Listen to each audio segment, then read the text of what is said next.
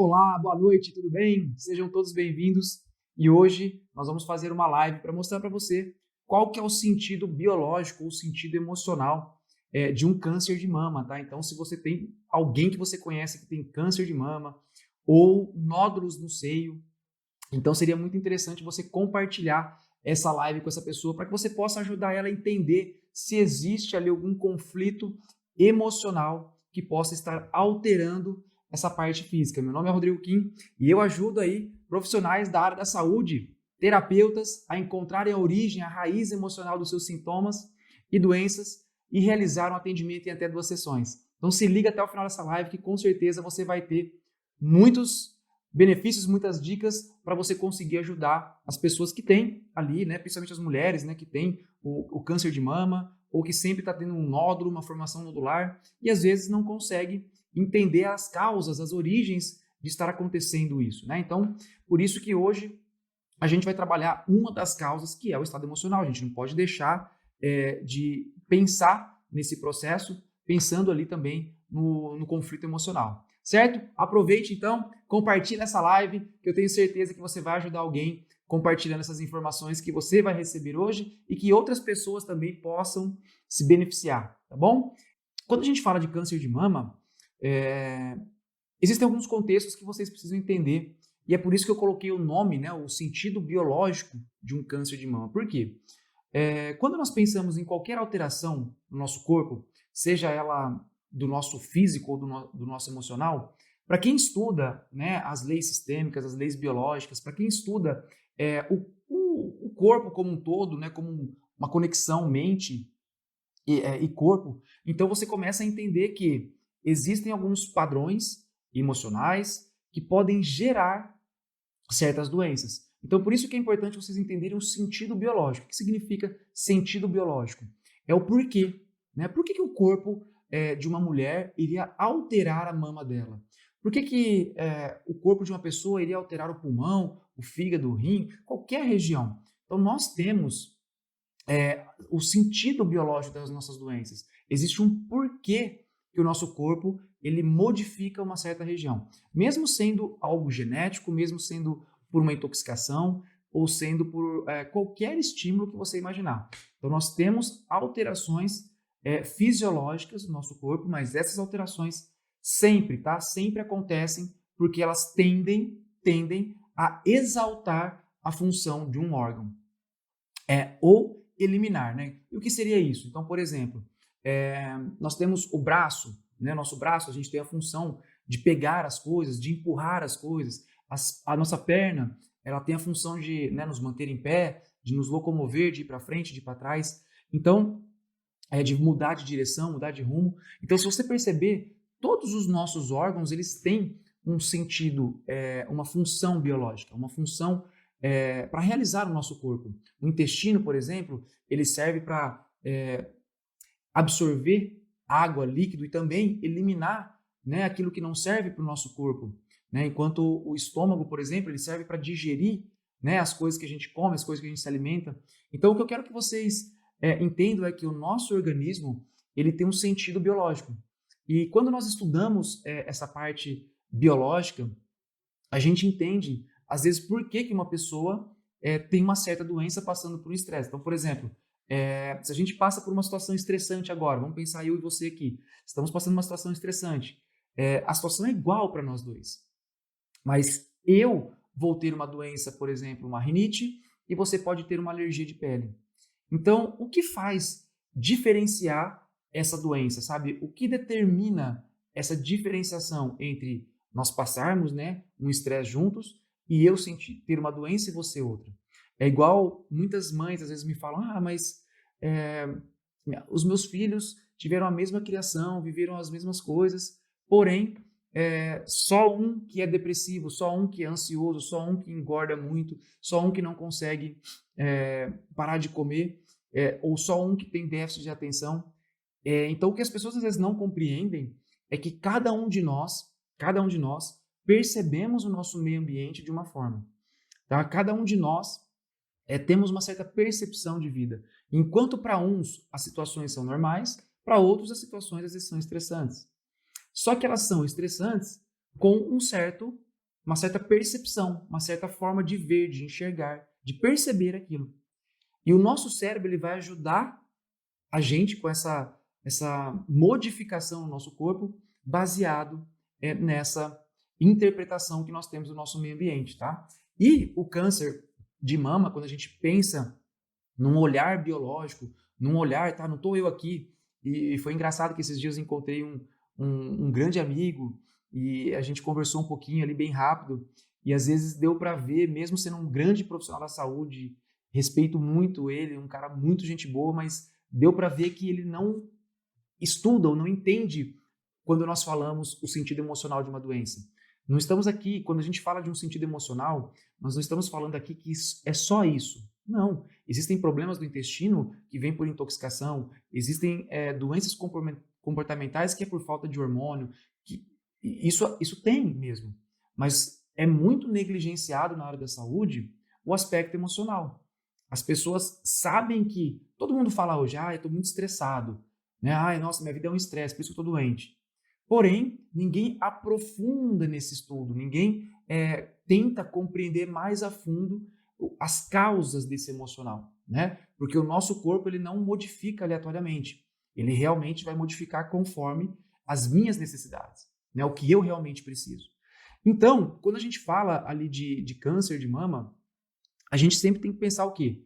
É uma proliferação desordenada, né? Isso que se é estudado, né? Então, o nosso corpo tem as suas funcionalidades. Então, quando nós temos um câncer, é uma proliferação desordenada de células, né?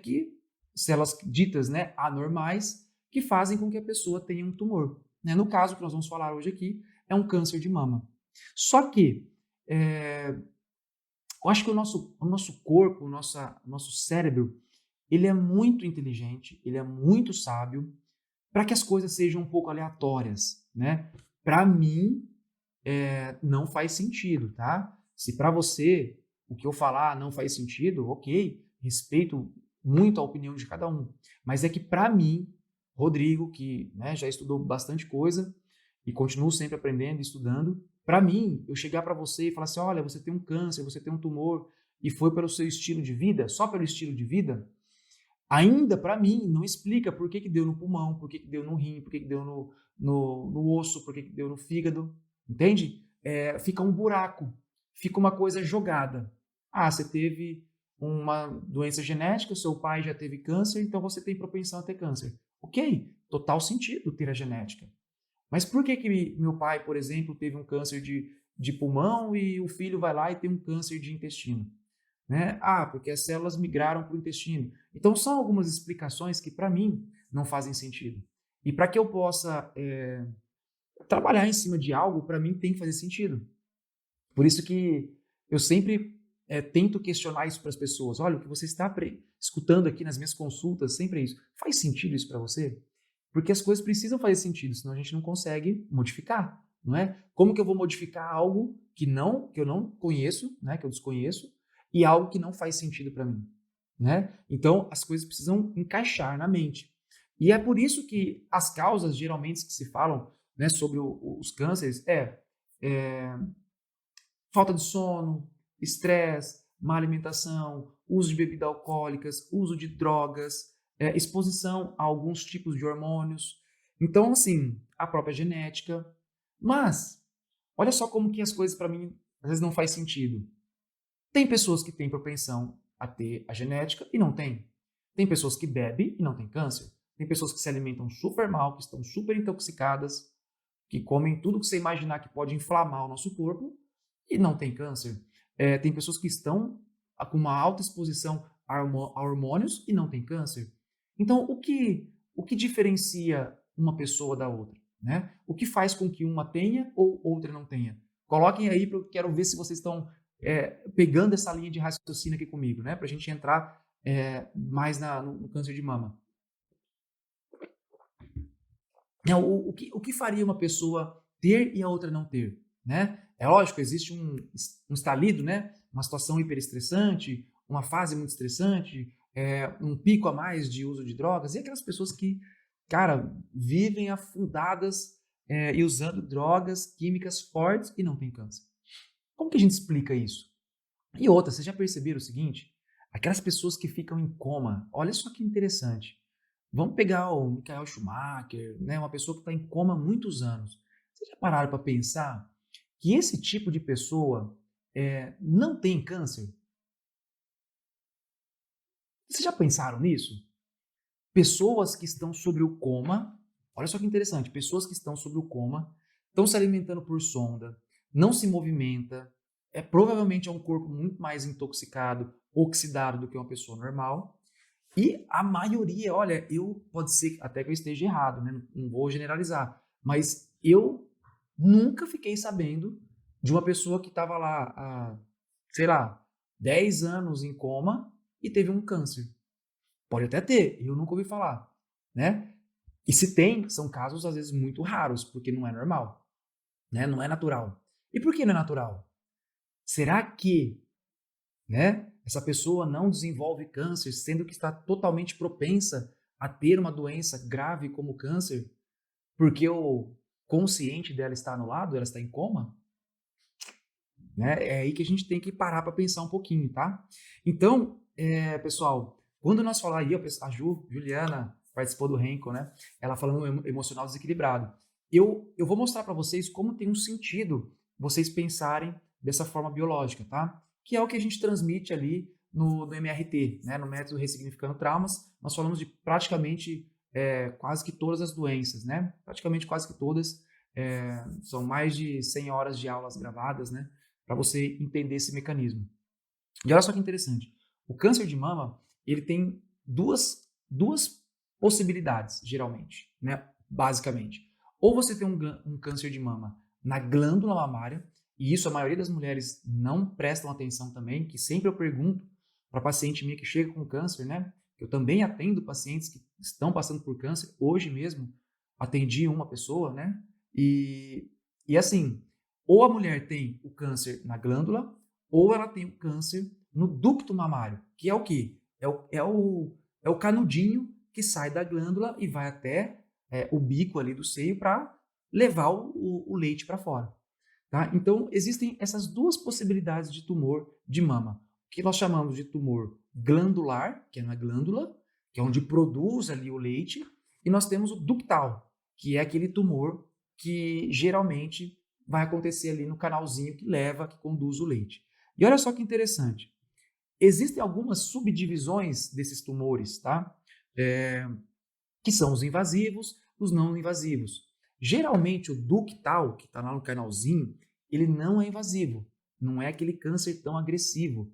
E o glandular, geralmente, ele tem essa questão de ser mais invasivo, que inclusive esse invasivo, essa subdivisão que, né, se faz na medicina, ele vai pegando regiões ao redor, como por exemplo a pele, né? Pode pegar a pele do seio, pode pegar o osso, o músculo, outras estruturas, né? A pessoa pode ir disseminando esse tumor.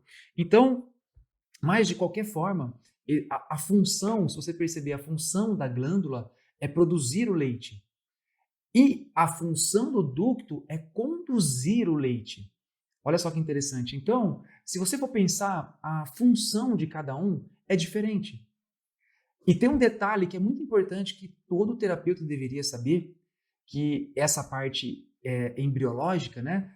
A glândula mamária, tanto no homem quanto na mulher, ela é desenvolvida, ela é formada no tecido endodérmico, tá? Então a glândula, ela vem da endoderma. E eu vou te explicar o porquê que a gente tem que saber isso. E o ducto mamário, ele é formado pela ectoderma. Então são tecidos embrionários diferentes, tá? São tecidos embrionários diferentes que reagem diferentemente diante de um estresse. Olha só que interessante, né? Perdão, a glândula mamária vem do mesoderma. Falei, comi bronha aqui para vocês. É na mesoderma. Então, olha só que interessante. Quando nós temos uma alteração na glândula mamária, para que ocorra o crescimento das células, tá? Para que ocorra o crescimento das células, precisa automaticamente estar atuando o sistema nervoso simpático. Começa por aí. Então, o nosso sistema nervoso simpático está atuando de forma muito intensa nas glândulas mamárias. Se tiver acontecendo isso no ducto mamário, O máximo que vai acontecer é uma necrose por dentro desse ducto. É como se o canalzinho por dentro começasse a corroer. Então, olha só que coisa. Se você tem um estresse muito grande atuando na glândula, forma um tumor. Se tiver no ducto, já é o oposto. Esse tumor, esse ducto, ele começa a destruir por dentro. E olha só que interessante, quando o parasimpático está atuando sobre a glândula, ele diminui o tumor. Agora, quando está atuando fortemente sobre esses ductos mamários, começa a crescer células. O que isso me traz como terapeuta de pistas para eu encontrar a raiz e a origem emocional? Eu sei que se uma mulher chegar para mim com câncer de mama, que está na glândula e ele está em fase de crescimento, eu sei que essa pessoa ainda vive o conflito. Eu sei que essa pessoa ainda vive a situação estressante. E se a pessoa chega para mim com um câncer de mama ductal, lá no ducto, eu já sei que esse estresse já passou. Por quê? Porque há uma ativação do sistema nervoso parasimpático. A minha abordagem terapêutica muda completamente. Olha só que doido isso. Então, eu vou tentar ajudar a resolver o conflito dela, que é a pessoa que está lá com um tumor na glândula, e a outra, eu simplesmente vou dar o apoio emocional que for para ela passar pela essa fase da quimioterapia, de todos os tratamentos que ela tem que fazer, porque automaticamente ela já resolveu o seu conflito. Então, eu tenho que apenas dar consciência para ela do que foi o estresse que ela viveu, que gerou uma alteração no ducto mamário. Vocês conseguiram compreender essa lógica de raciocínio? E aí vocês vão entender o seguinte, que o sentido biológico para você ter um câncer, né, na glândula, olha só que interessante. Como a glândula é formada pela mesoderma e é a parte mais antiga da mesoderma, e para quem não sabe, tá, pessoal, nós somos formados, talvez você lembre do colegial, né? Endoderma, ectoderma e mesoderma, né? São 3 tecidos embrionários que formam o nosso corpo todo, né? É dali que nasce a gente, né? Nós começamos com 3 folhetinhos, né? Como se fossem 3 canetas ou 3 objetos. Vou pegar aqui um para você ver, né? É como se fosse assim, ó, 3, né? Endoderma, mesoderma e ectoderma. Esses 3 folhetos vão, né, se redobrando e vão formando o corpo humano, tá? Então, quando você estuda embriologia, você estuda também esse tipo de processo que vai acontecendo de multiplicação celular no nosso corpo. E se você perceber, né, quando nós temos o óvulo e o espermatozoide se juntando, né, forma uma célula só que se multiplica, né? Então, o início da nossa vida, nós somos um tumor hiperacelerado, porque a gente está sempre ali multiplicando células, né? Então, eu quero que você entenda isso, até que quebre um mito seu, porque nosso corpo ele está constantemente multiplicando células e degradando células, necrosando células. Esse é um processo natural do nosso organismo. E quando você entende as alterações, você percebe que é baseado em uma função. Nós chamamos isso de sentido biológico.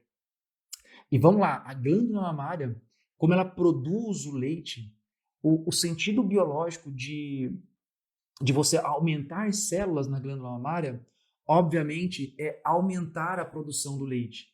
E para que serve o leite? O leite serve para eu proteger, para eu acolher o meu filho, né? Então, quando a mulher passa por uma situação onde ela não consegue proteger o seu filho, o seu marido, o seu cachorro, o seu trabalho, a sua posição social, não importa, né? Ela não conseguiu proteger a sua família. Então, aconteceu uma situação que atacou a integridade da minha família e eu não consegui proteger.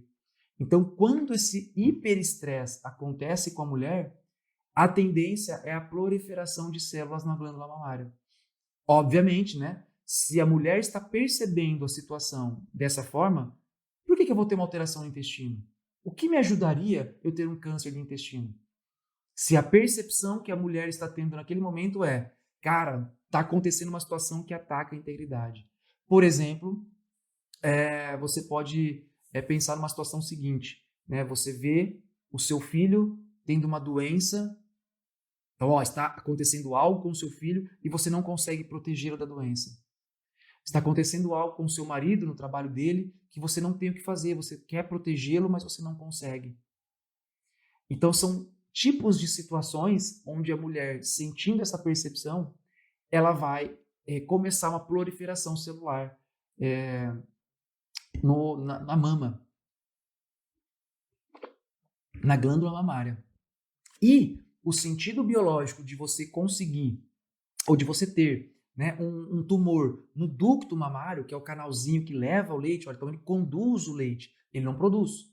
O ducto mamário ele serve só para conduzir o leite. Então, toda vez que há um sentimento de separação, onde eu não posso mais conduzir o leite para, né, a pessoa que eu estou ali cuidando, eu tenho um câncer ductal. Então, são situações de separação. São situações completamente diferentes. E eu vou dar um exemplo aqui para vocês de uma paciente que eu atendi e ela tinha um câncer ductal. Então, se ela estava com câncer, é porque ela já tinha resolvido esse problema, né? Então, depois, se é no ducto, depois que ela resolve o problema, que isso vai crescer, durante o estresse não tem. E o que aconteceu? Ela passou por uma situação onde o filho foi internado, né? Ele ficou mais de 15 dias na UTI, o filho dela. Então, olha só a percepção dela. Nossa, eu queria estar perto, mas não podia, era época de Covid e tudo mais, não tinha como entrar no hospital. Então, quer dizer, olha, foi arrancado de mim o meu filho e eu não pude fazer nada. E ele poderia morrer. Então, quando o filho retomou para casa, ó, resolveu o conflito, né? O filho retomou para casa, ela conseguiu cuidar dele, conseguiu passar, né, carinho, amor, atenção. Depois de alguns dias, ela já notou o nódulo no seio, um tumor glandular. Então, neste caso, teoricamente, a gente não faz nada. A pessoa faz a quimio, faz o processo dela para diminuir o tumor. Os tumores geralmente saem muito facilmente. A resposta da quimio é muito positiva. E é simplesmente eu mostrei para ela, olha, tá vendo? Foi um impacto, foi uma situação forte para você, onde você quis cuidar. Então, se atente para que nas próximas vezes, a gente sabe que filho é filho, né? São momentos da vida, mas pode ser que em outros momentos você consiga reagir de forma diferente. Você consiga entender que as coisas não estão na sua mão e que você está fazendo o máximo possível.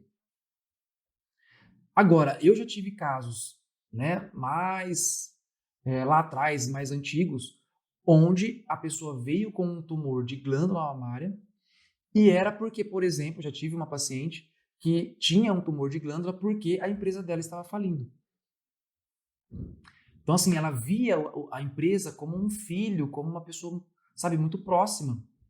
E ela, né, sentindo aquele estresse de, cara, tá acontecendo coisas que tá acabando com o meu filho, né, que era a minha empresa.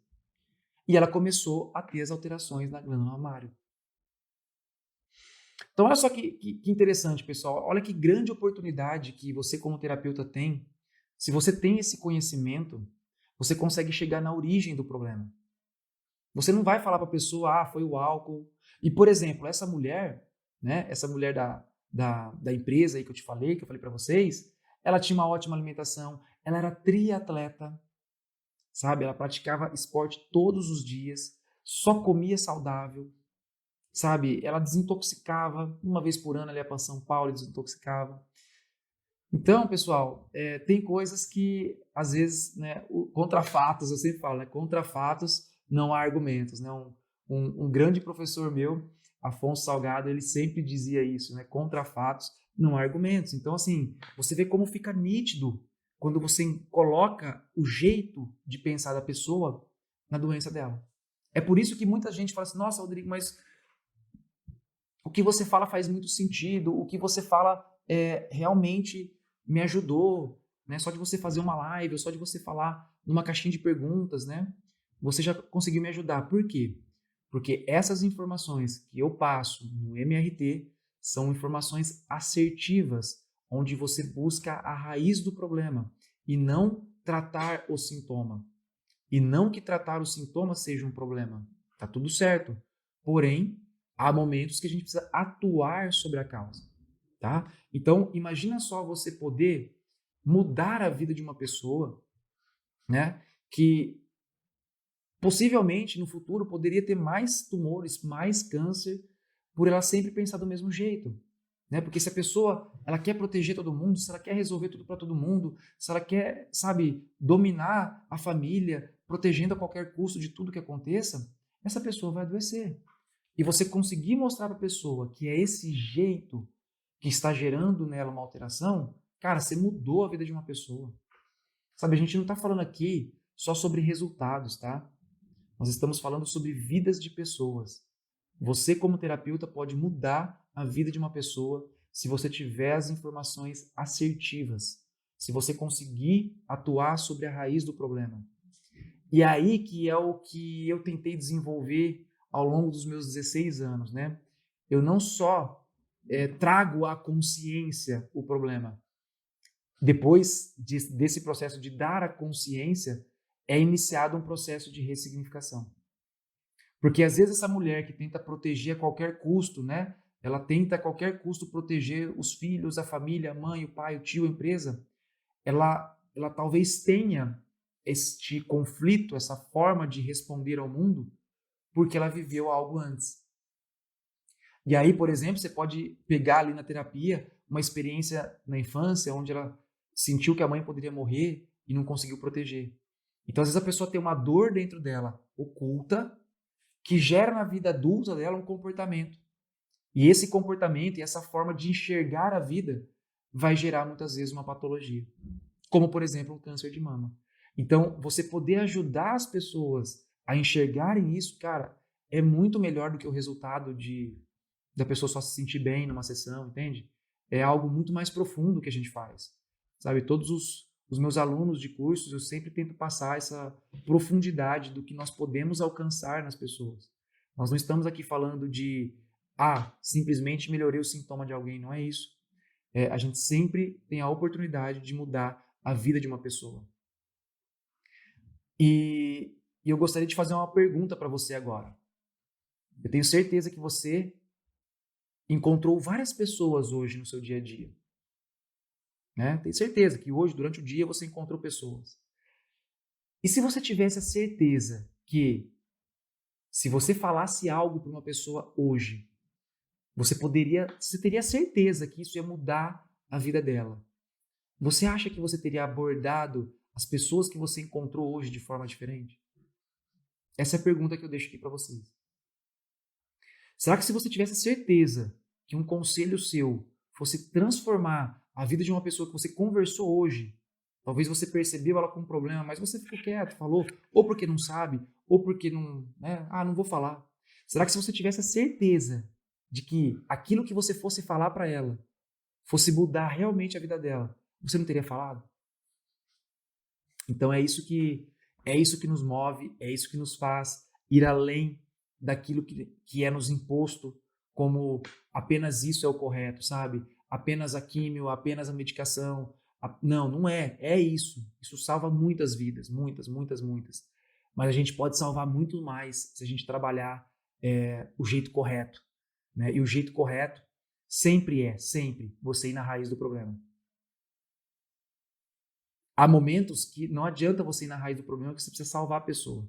A pessoa está infartando lá na sua frente. Você vai querer, então, vamos tentar entender a raiz. Cara, você tem que ir desfibrilador.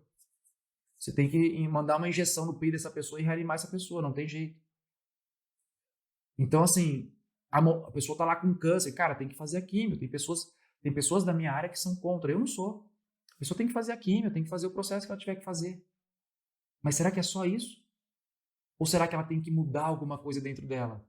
Ou será que ela tem que, sabe, talvez mudar a postura dela perante a vida?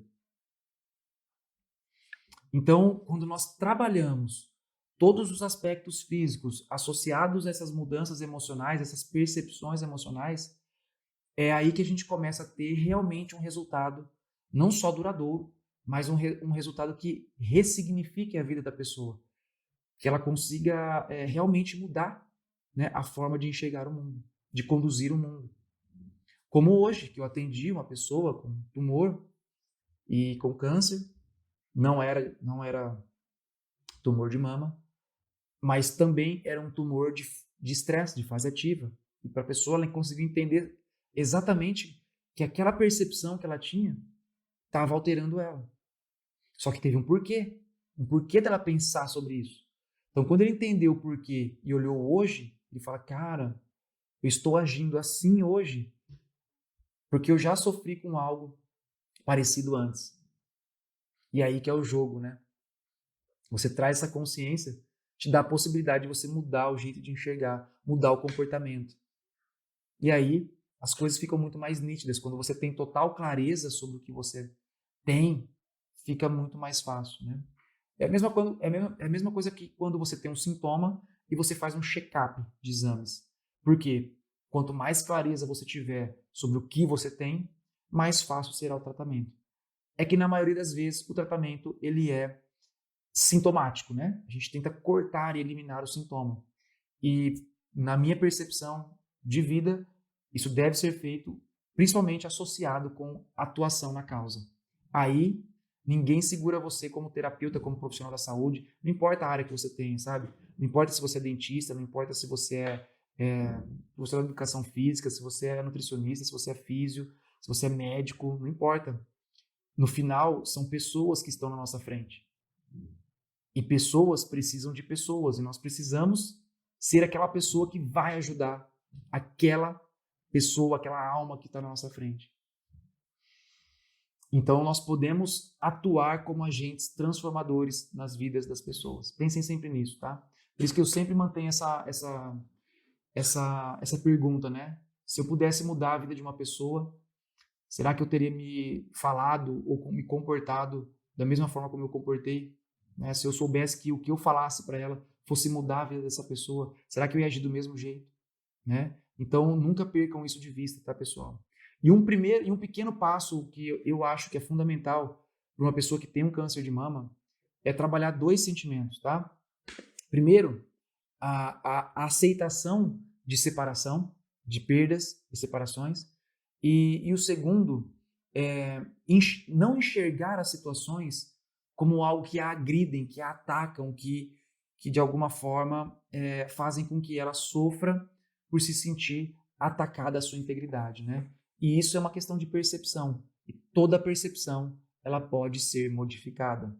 Como eu disse para vocês no começo, se duas pessoas tiverem sobre um mesmo problema, às vezes uma vai pensar de um jeito, uma vai pensar de outro. Porque uma percebeu de uma forma, outra percebeu de outra. E você vê isso no seu dia, todo santo dia. Você atua dessa forma todo santo dia. Quando aquela amiga chega para você e fala, nossa, mas aconteceu isso, isso, isso. Aí você dá um conselho. Mas será que não é porque isso, isso, isso? Aí a pessoa fala, nossa, é verdade, nunca tinha pensado nisso. O que você acabou de ser? Um terapeuta. Você mostrou uma nova forma de enxergar para aquela pessoa. Você atuou tentando mudar a percepção daquela pessoa. E é isso que a gente faz no MRT, tá? Então, pessoas que sofrem de tumores de mama, sejam eles benignos, nódulos, pequenos nódulos, ou um câncer de mama, são mulheres que precisam trabalhar, né, a aceitação de separações, né, de perdas, e trabalhar a percepção de achar que tudo que acontece de negativo é um ataque a ela, ou principalmente as pessoas com quem ela está próxima, né? Às vezes, tudo que acontece com os filhos é algo que eu tenho que proteger. Não, nem sempre eu tenho que proteger. Às vezes vai acontecer e eu vou ajudar e não ter que proteger. Entende? A pessoa muda o jeito de sentir no momento do estresse.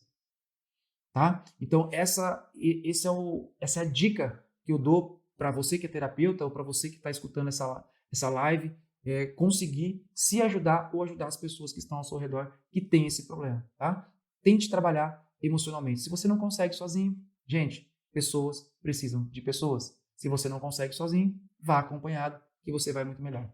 Tá certo? Gente, um grande abraço, até a próxima. Um grande abraço, tudo de bom, boa noite e que vocês possam aproveitar ao máximo esse conteúdo. Até mais!